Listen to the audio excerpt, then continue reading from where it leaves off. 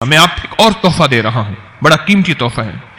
حدیث میں آتا ہے کہ قرب قیامت میں سال ایسے گزریں گے جیسے مہینے، اور مہینے ایسے گزریں گے جیسے ہفتے، اور ہفتے ایسے گزریں گے جیسے دن، اور دن ایسے گزرے گا جیسے شرارہ، چنگاری۔ آگ جلائے نا آگ، اس میں سے ایسے ایک چھوٹی سی چنگاری اوپر جاتی اور بجھ جاتی ہے۔ 2018 آیا، پلکوں میں گزر گیا۔ 19 آیا اور ایک مہینہ بھی گزر گیا، اور باقی 11 مہینے رہ گئے، اور اس میں سے بھی چند دن اوپر ہو گئے۔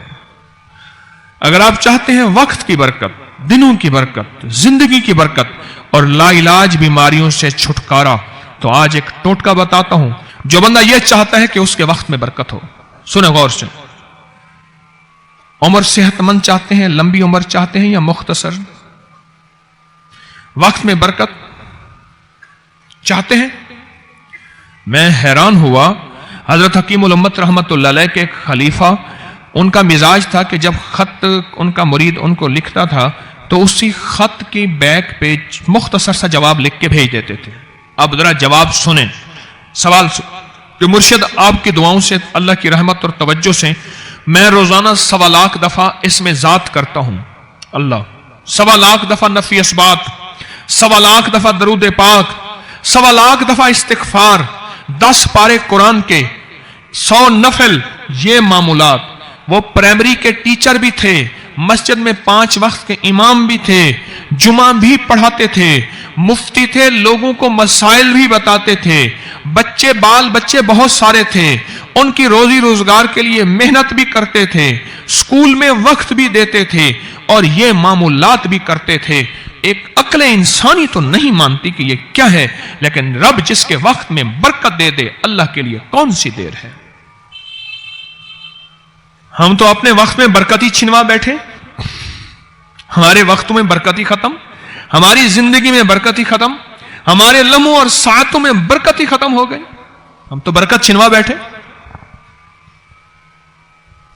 جو شخص یہ چاہتا ہے کہ اس کی زندگی میں برکت، اس کے وقت میں برکت، اس کی صحت میں برکت، ہر وقت مریض ہے بیچارہ، ایک بیماری سے نکلا دوسری، دوسری سے نکلا تیسری، ایک روگ سے نکلا دوسری، دوسرے روگ سے نکلا تیسری، ہر پل کر روگی ہی روگی ہے۔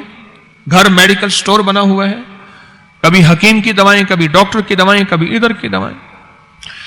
صحت مند زندگی چاہتے ہیں، لا علاج بیماریوں سے نجات چاہتے ہیں، وقت اور صحت میں برکت چاہتے ہیں، زندگی اور لمحوں میں برکت چاہتے ہیں، تو اپنی نماز کی پہلی رکعت میں علم نشرح، دوسری رکعت میں علم تری کیف پڑھیں اور زندگی کا لطف اٹھائیں۔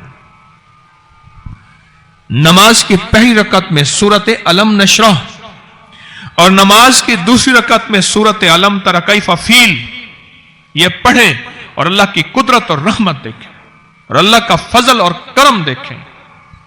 اپنی نماز کی رکعتوں میں اگر آپ امام کے پیچھے ہیں پھر نہیں، اگر انفرادی کوئی نماز ہے وہ سنت ہے، وہ خدا نہ خواستہ فرض قضا ہو گئے ہیں، جماعت چوک گئی ہے نہ چاہتے ہوئے، آپ کے کوئی بھی نماز ہے، سنتیں ہیں، آپ پہلی رکعت میں علم نشرح اور دوسری رکعت میں علم تری کیف فیل یہ پڑھیں۔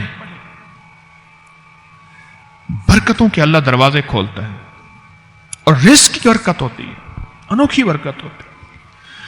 مجھے ایک صاحب کہنے لگے میرا 1 کروڑ ایسے بن جاتا ہے پتہ نہیں چلتا، کروڑ ایسے بن جاتا ہے، میں سچ کہہ رہا ہوں، ایسے بن جاتا ہے مجھے پتہ نہیں چلتا، میں کہاں سے بن گیا؟ اللہ نے وہ برکت کے خزانے مجھے دیے ہیں۔ اللہ سے ایک چیز مانگا کریں، اللہ آج جو تو نے مجھے برکت کا ذرہ دیا ہے، اللہ میری نسلوں تک رکھنا، چھین نہ لینا۔ ہاں اللہ مجھے اگر تو نے برکت کا ذرہ دیا ہے، اللہ یہ مجھے نسلوں تک دینا، اللہ مجھ سے چھین نہ لینا۔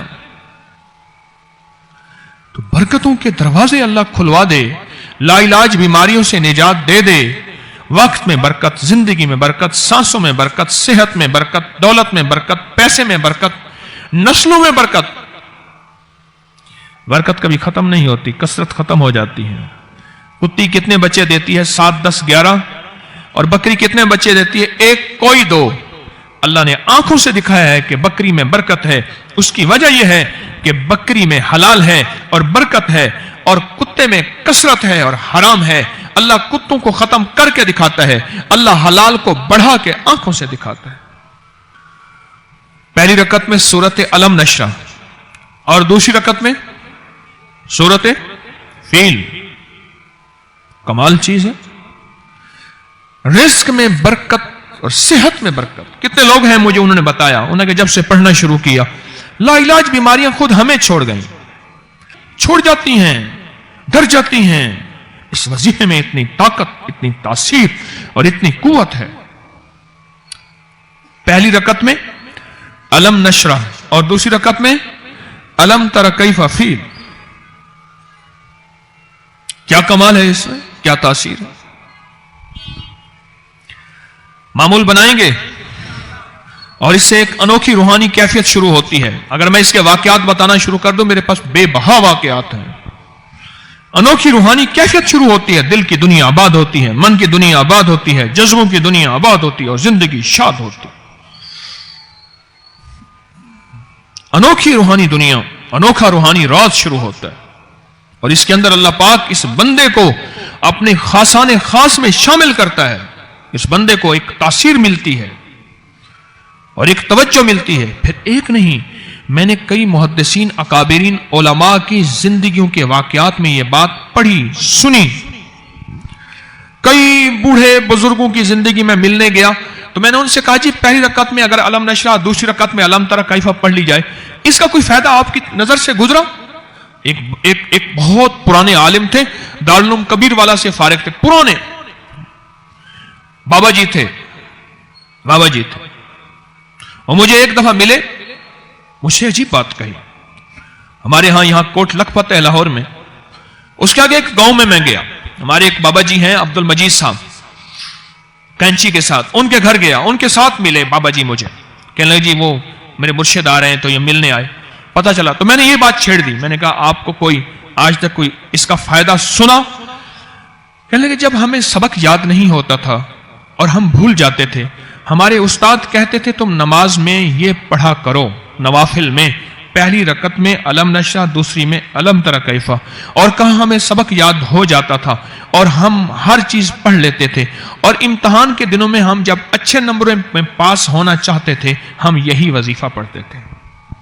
اچھے نمبروں میں ہم پاس اگر ہونا چاہتے تھے تو ہم یہی وظیفہ پڑھتے تھے کہ پہلی رکعت میں علم نشرہ اور دوسری رکعت میں علم تر کیف.